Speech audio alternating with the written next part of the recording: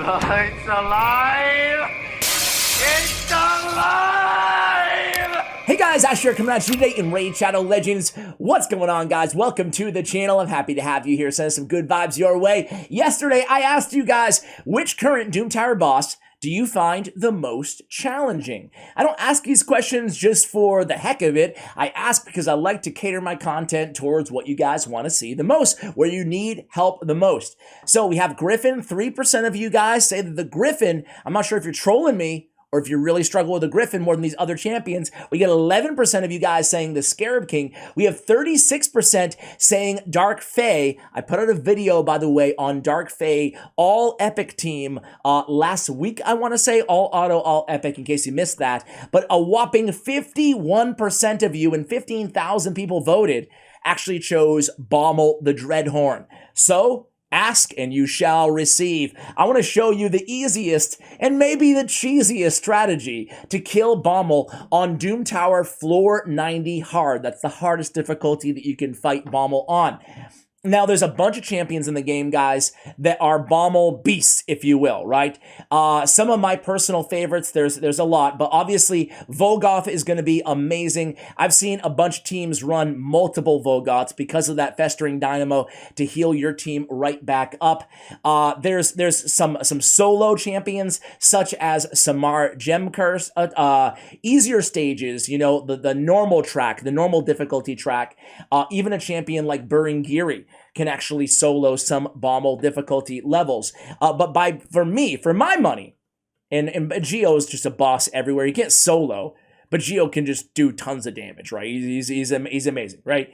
And also, while we're here too, one of my faves is, if you're lucky enough to have Void Legendary Yumeko, she can actually make the bombs go right back on Bommal, right, with her A2 Destiny's Mirror ability, which is often an overlooked part of the amazing Yumeko's kit. The last one I will give a nod to here, guys, is going to be my man Nishak Verminlord, dude. He makes Bommal a lot easier because he throws out a lot of bombs with that A3 and the A1 ability. Bombs debuffs placed by this skill on enemies whose max HP is equal to or higher than 200k will deal double damage, right? So we've got the double damage on that A1. That's nasty. That's nasty. But there's a new, it's not even new, maybe like, what, 6 months old? New champion? An epic champion support, Lady Annabelle, right? That I want to cover in today's video. For my money, even if you don't have her, right? Don't click off the video. Just chill with me for a little bit, right? Even if you don't have her, you should. If you're one of the 51% that struggles with Bommal, if you reach that plateau where you just cannot clear a Bommal level, give Lady Annabelle a look, guys. She is, for my money, again, the easiest option to solo Bommal consistently with. Let's just cover her kit real, because we haven't really talked about her at all on the channel. I actually built her for this video, and I was shocked at like how efficient. Maybe it's not it's around a 10-minute run or so, but like it's fairly easy, right? You just sit there and watch her do her thing.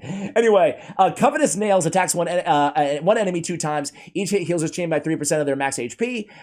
Captivator A2 ability, 3-turn cooldown, 100% leech. Also places a decreased speed on targets with less than 50% turn meter. On the Sanguine Exchange, she's placing a revive on death. She's swapping health with a target ally. On the Red Lady passive, this is most important, right?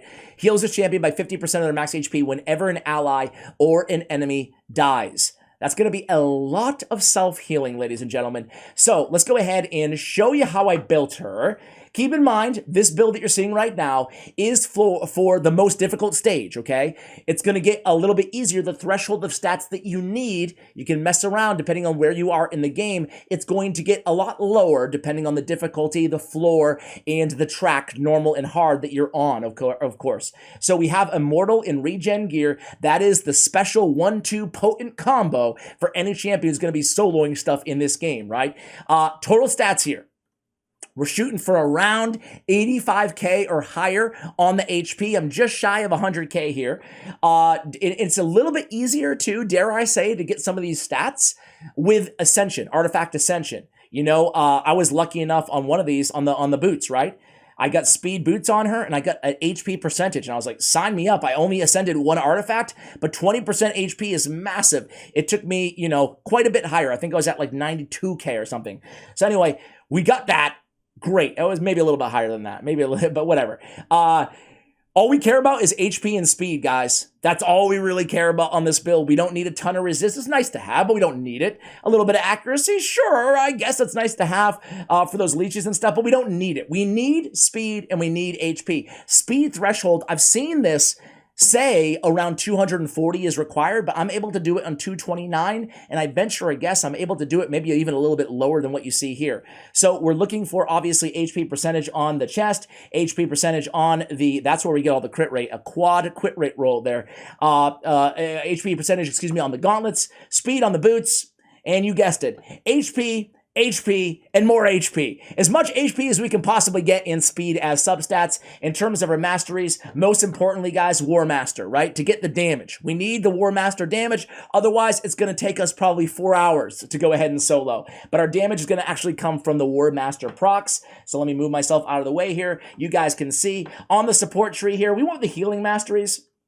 I think you could probably get by without the support tree at all, right? I think most importantly, all we really need is War Master for this. But again, I went down here, I picked up Lore of Steel, a little bump on my Immortal set, a little bit extra HP. Every HP counts, guys. So let's go ahead and take her into battle. I'm not gonna make you guys sit here and stare at me for 10 minutes. I wouldn't wish that on my worst enemy. But we're gonna go ahead and run my man Nishak, Vermin Lord, and Lady Annabelle together. Nishak is only there to clear the first 2 waves. Don't worry, he's usually just gonna die on the second wave or die on the very first bomb attack from Bommal. So he is not, I repeat, he is not, this is not a duo. This is just put any nuker with Lady Annabelle. And I happen to really like Nishak. I really love the Rat Man. And any excuse I can get to put him on the channel, I try to do so. So you can see he's great wave clearer too. I mean, right? Look at him. He doesn't stop, dude. He's just laying down those bombs, laying down the poisons. You gotta love it, guys, don't you? All right, he certainly does not die on this second wave, but he will die again on the first attack. You could use a champion like Magnar. Any Spirit Affinity Nuker would be great to get through these waves, because again, Lady Annabelle will take quite a bit of time, right? Which relying on War Master to get the job done. So we do actually get a health swap there. You gotta be careful, I would say, in the beginning. Make sure we're not, accidentally dying, right, in the beginning of the battle. But here we go. It's just gonna be solo Lady Annabelle. You can see all that red lady procking, right?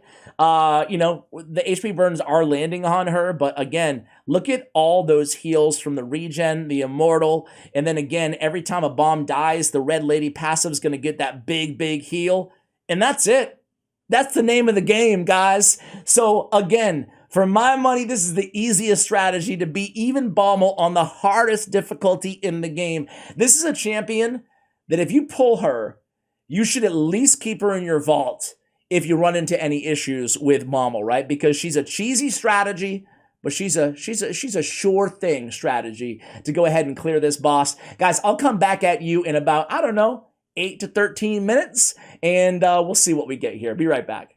All right, guys, here we go. 11 minutes and 25 seconds in. The Red Lady is standing strong. She's standing proud, and she's about to take down Bommal. It's pretty cool how one epic can just totally decimate a boss like that. So guys, Lady Annabelle, again, write her name down or build her if you have her, especially if you're struggling with Bommal. Let me know if this helps you guys. Hopefully it helps a few of you out there. Thank you so much for watching, and check out my other channel, Raid Shadow Legends Champion Guides, where I do 1 and 2 champion guides until I get through every champion in the entire game. Guys, have a great day, night, whenever you're watching this video, and as always, take care, guys.